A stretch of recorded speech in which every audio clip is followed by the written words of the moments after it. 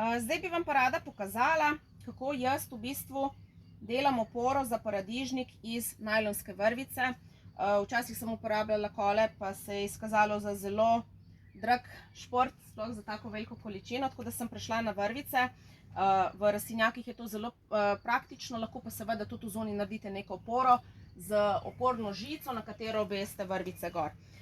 V bistvu je pa čisto enostavno, vrvico vržemo čez, gledamo, da je dolžina nekje do paradižnika dol, ker je to vrvica, ki se bo s časom podaljševala.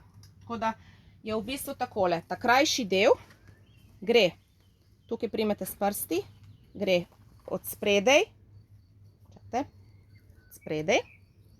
od zadaj, skozi zanko od spredaj in dol.